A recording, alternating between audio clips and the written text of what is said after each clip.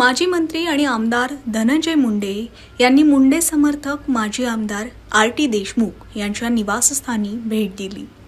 आर.टी. देशमुख यांना आदरांजली अर्पण करत धनंजय मुंडेंनी देशमुख कुटुंबियांचं सांत्वन केलं। काही दिवसांपूर्वी लातूरमध्ये झालेल्या अपघातात आर.टी. देशमुख यांचा मृत्यू झाला। आर.टी. देशमुख हे माजलगावचे माजी आमदार होते। मुंडे समर्थक नेते अशी त्यांची ओळख होती।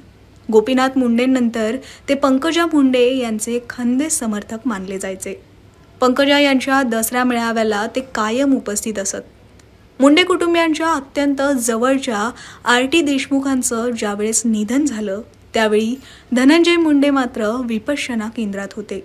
त्यामुळे देशमुखांच्या अंत्यविधीला ते उपस्थित नव्हते। मात्र विपश्यना केंद्रातून परतताच सोमवारी धनंजय मुंडेंनी देशमुख कुटुंबियांची भेट घेतली। यावेळी धनंजय मुंडे हे चांगलेच भावुक झाल्याचे पाहायला मिळाले। देशमुख हे पंडित अण्णा मुंडे यांच्या सोबतही अगदी तळागाळात काम केलेले एक सच्चे सहकारी म्हणून परिचित होते। त्यांच्या आठवणींना उजाळा देताना मुंडेंसह देशमुख कुटुंबीय सुद्धा भावुक झाल्याचं पाहायला मिळालं।